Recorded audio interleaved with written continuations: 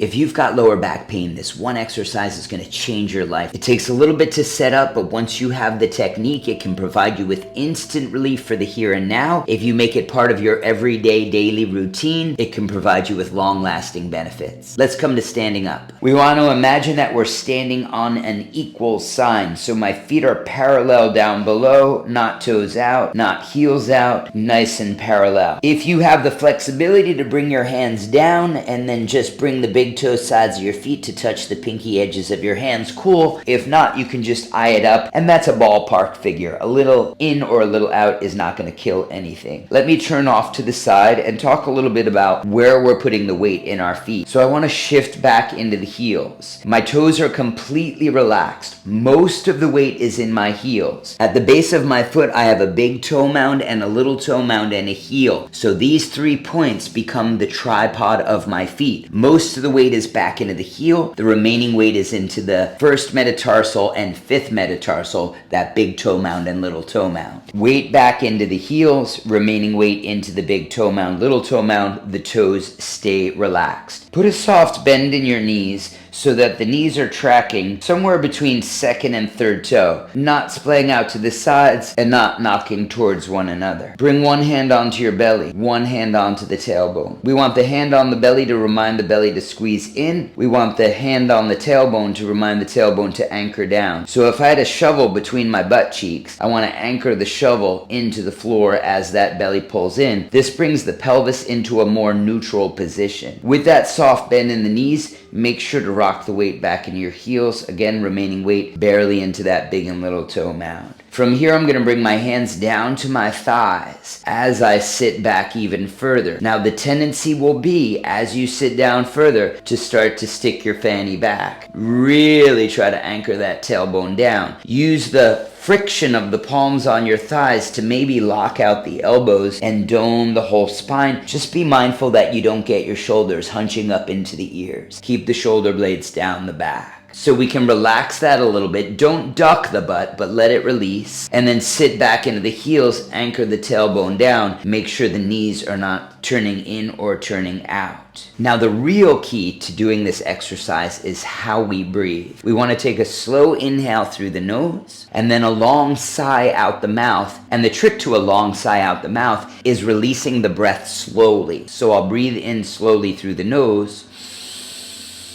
Long, slow release out the mouth.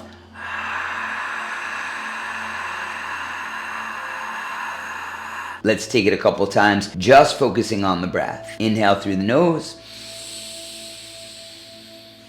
Exhale, long.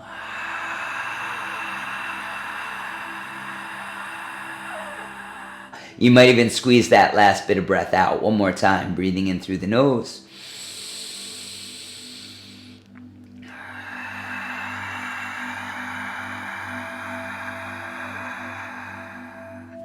Now we want to take that breath into the practice. Let's take a little time to reset up the pose, and we're going to add the breath, and it's going to provide you with a bunch of relief for your lower back. Step your feet on that equal sign, 2 fist distance apart on the toes. Rock back into the heels, big and little toe mound rooted to the floor. Slight bend in the knees. Knees are tracking over second and third toe. One hand on the belly, one hand on the tailbone. Anchor it down. Start to sit even lower. Bring your hands onto the thighs. Use a little traction to really anchor the tailbone down. Make sure you're not hunching the shoulders. Now we inhale, relax that a little bit. You can stand up a little bit. And then exhale, sit back, pull the belly in, anchor the tailbone down.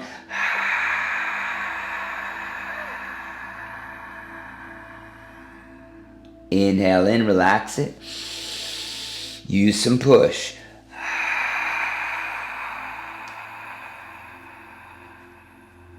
3.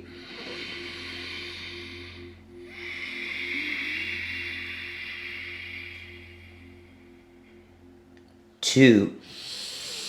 Pushing in the heels helps too. Really try to pull that in, last one.